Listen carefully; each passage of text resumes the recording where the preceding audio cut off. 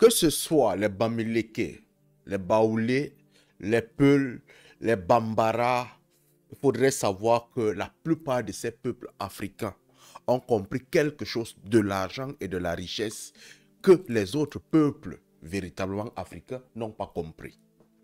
Et puisque aujourd'hui, ils commencent à être infiltrés, ce mystère de l'argent, ils risquent largement le perdre et devenir véritablement les peuples les plus pauvres d'Afrique. Parce que il faut savoir que tous les peuples que j'ai cités ici, du Sénégal, du Mali, du Cameroun et tout ça, ils sont des peuples enracinés. Ils conservent leurs racines. Si tu vis encore dans l'obscurantisme profond, le bal d'alquin des encéphales euphoriques, bienvenue à la bioluminescence. Allons étudier le mystère de leur argent à travers la Bible. Parce que il y a beaucoup de jeunes qui sont venus me voir, qui sont venus en commentaire. Salomon était le plus riche de la Bible. Salomon était le plus riche de la Bible. Mais véritablement, ils ne comprennent pas la profondeur de la richesse de Salomon. C'est quelque chose qui est très très puissant pour comprendre le mystère de la richesse de Salomon. D'où est-ce que ça vient? Comment est-ce que Dieu a pu bénir Salomon ici? Comment est-ce que Dieu a accepté que Salomon soit un homme largement riche? Allons-y dans la lecture. Salomon s'allia par mariage avec Pharaon, roi d'Égypte. Ça commence par là. Le mariage. Le choix du conjoint. On choisit l'épouse comment? Nous, on prend des femmes aujourd'hui, tu pars, tu prends une blanche, tu pars, tu prends ceci, tu pars, tu prends cela. Ces peuples, les Bamileke, les Peuls, les Bambara, les Baoulés, ils conservent encore le mystère du choix de l'épouse. On n'épouse pas n'importe qui dans cette tribu. On essaye de garder l'arbre générationnel. Pharaon va choisir l'épouse de qui? D'un roi. Vous comprenez? On ne prend pas l'épouse n'importe comment. D'Égypte. Il prit pour femme la fille de Pharaon. Quand on voit l'Égypte, les Égyptiens, le Pharaon était quoi? Était quelqu'un d'assez riche. Largement riche. Donc David a choisi pour son fils Salomon une fille qui avait le mystère de la richesse, la compréhension de l'argent. Premier. Ok. Elle l'amena dans la ville de David jusqu'à ce qu'ils eurent achevé de bâtir sa maison.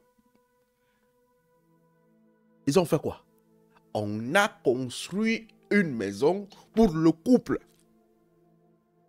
David a pris son fils, il est parti prendre une femme, ils ont bâti la maison. Sortir de la maison familiale est un élément clé dans l'accomplissement de la richesse. Il n'est pas resté dans la maison de son père, il est sorti de la maison familiale et il a habité ailleurs avec son épouse. Une clé que les peuples que je dis là respectent. Ils font sortir l'enfant de la maison, ils disent que va te battre. La maison de l'Éternel est le mur d'enceinte de Jérusalem. Le peuple ne sacrifiait que sur les hauts lieux. Il y a un mot ici, sacrifier. Les qui font encore les sacrifices pour leurs ancêtres. Les Bamileke le font, les Peuls le font, les Bambara le font, les Haoussa le font, les Baoulés le font. Ils font encore la culture ancestrale. Ils vont déposer les huiles sur les crânes de leurs ancêtres, sur les hauts lieux.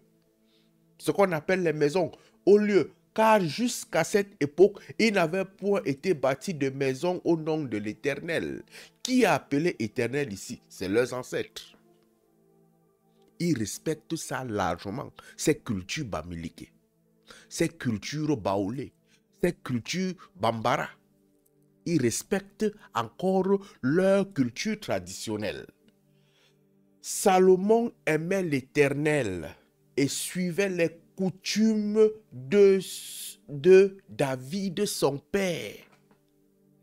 L'Éternel, considérons que c'est Dieu. Considérons que c'est Jésus-Christ. Aujourd'hui, tu suis Jésus-Christ, tu suis Mohamed, Mais où sont parties les coutumes de ton père? Où sont parties les traditions de ton père? Est-ce que tu suis encore ça? Personne. Lorsque je rentre au Cameroun, les peuples Bassa, Béti et tout ça, ils ne respectent plus leurs chefs, ils ne respectent plus leurs ancêtres. Les qui conservent cette chose? Les Bamoun, les Bamileke. Je prends le cas du Cameroun, d'autres pays, vous allez citer en commentaire. Et ils conservent le respect du chef traditionnel et de leurs ancêtres. Donc Salomon aimait l'Éternel et suivait les coutumes de David, son père. Seulement, c'était sur les hauts lieux qu'ils offraient des sacrifices et des parfums. Il y a des gens, aujourd'hui, ces gens-là vont dans les montagnes. Ils vont dans ce qu'on appelle les pierres sacrées. À ce moment, Salomon n'avait pas encore bâti une maison. Donc, il n'y avait pas encore une maison appelée la maison, le temple de l'Éternel. Il partait à des endroits spécifiques. La tradition.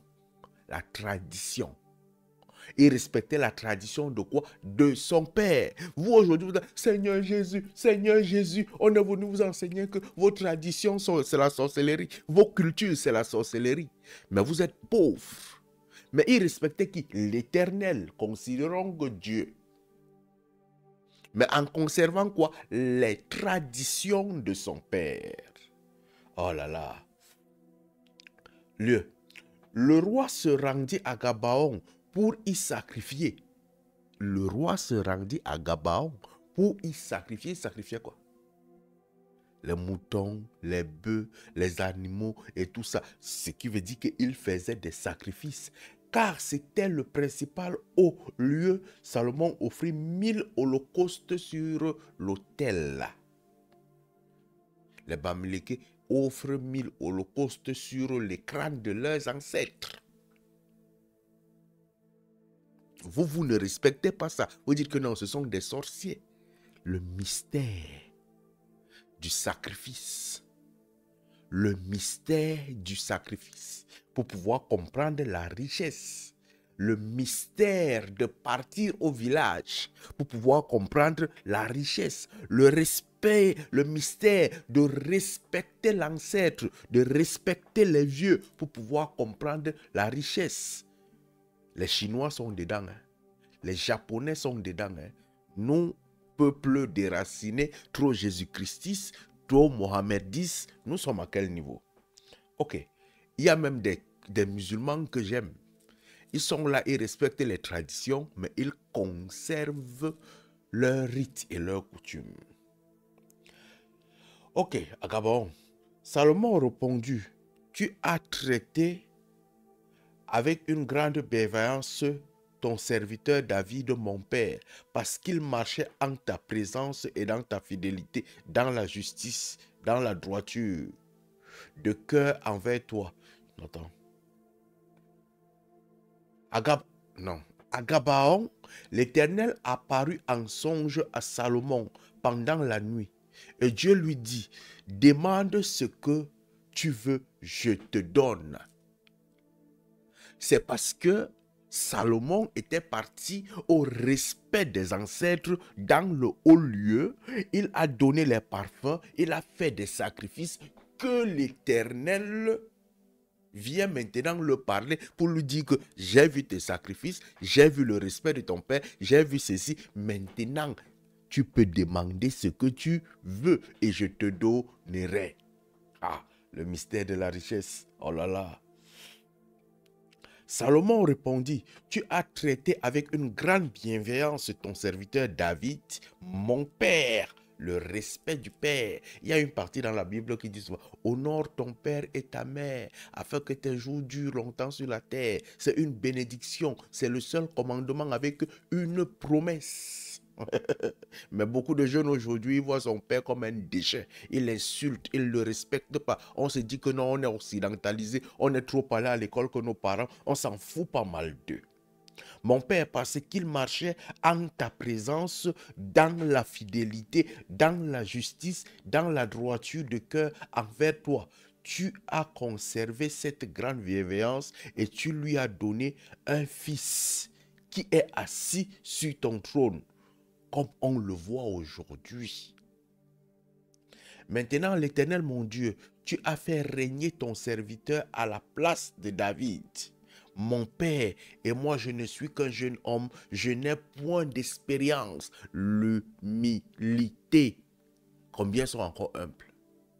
Combien sont encore humbles? Même en aspirant à la richesse, il faut apprendre l'humilité. Même en aspirant à la richesse, son père était déjà riche, hein? David était déjà riche. Mais il ne s'est pas affolé derrière la richesse de son père, il est resté humble. Es-tu prêt à rester humble? Maintenant, l'Éternel m'a dit, ton serviteur au milieu, bon, tu as fait régner ton serviteur à la place de David. Mon père et moi, je ne suis qu'un jeune homme, je n'ai point d'expérience. Il manque d'expérience pour diriger le peuple. Ton serviteur au milieu du peuple que tu as choisi, peuple immense, qui ne peut être ni compté ni nombré à cause de sa multitude.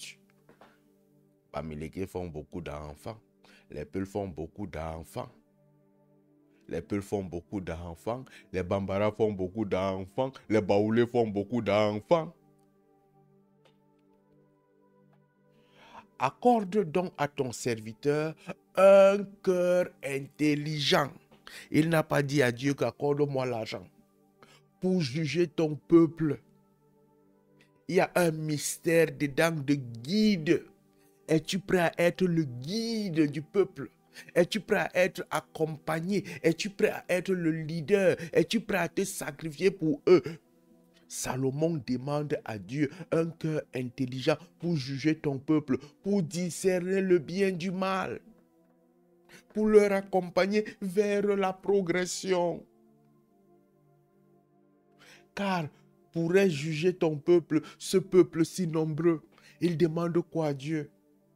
Cette demande de Salomon, c'est-à-dire que Salomon a demandé que de l'intelligence à Dieu. Il ne lui a pas dit que donne-moi or, donne-moi argent, donne-moi millions, donne-moi milliards. Mais aujourd'hui, tu vois quelqu'un, Seigneur, je veux l'argent. Fais quelque chose de nouveau, Jésus. Fais quelque chose de quoi? Donne-moi beaucoup d'argent, Seigneur, pour que le pasteur qui est devant, je puisse devenir plus grand que lui. Tu vois les prières des gens. Seigneur, bénis-moi pour qu'on ressente que c'est moi qui existe, c'est moi le patron, pour que je puisse visiter les orphelins. Salomon n'a pas demandé ça à Dieu. Il a demandé à Dieu l'intelligence. L'intelligence pour pouvoir faire quoi? Pour pouvoir être le serviteur du peuple. Pour pouvoir être le serviteur du peuple. Il ne l'a pas demandé pour lui. Il est resté humble et pensant à son service pour le bonheur de la multitude du peuple de Dieu. Et Dieu a compris que. Et Dieu lui dit, puisque là, c'est ce que tu demandes, puisque tu ne demandes pour toi ni une longue vie, les demandes des hommes aujourd'hui, ni les richesses, ni la mort de tes ennemis. Et que Dieu te médise, que Dieu te maudisse. C'est la prière des gens aujourd'hui. Les gens vont même à l'église pour prier que Seigneur maudit mes ennemis, maudit mes ennemis. Dieu lui dit que parce que tu n'as même pas demandé la mort de tes ennemis et que tu demandes de l'intelligence pour exercer la justice, c'est l'intelligence qui te permet d'aimer tes ennemis. C'est l'intelligence qui te permet de faire la part des choses. Voici, j'agirai selon ta parole. Je te donnerai un cœur sage et intelligent. Il a demandé ça à Dieu pour le bonheur du peuple. Je voudrais être le vase communicant, mon Dieu. Je voudrais être le vase communicant, mon Dieu. De telle sorte qu'il n'y aura eu personne avant toi et qu'on ne fera jamais personne de semblable. Et il n'y aura pas un homme intelligent comme toi. Tu auras une intelligence assez particulière, assez remarquable. Je te donnerai en outre ce que tu n'as pas demandé.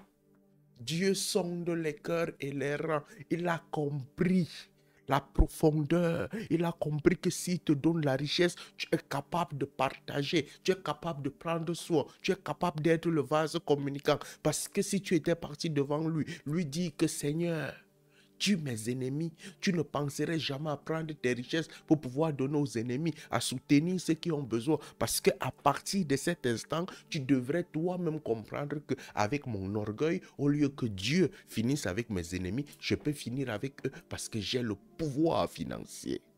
Mais Dieu a compris que Salomon n'avait pas ces idées. Et Dieu lui dit que tu n'auras pendant...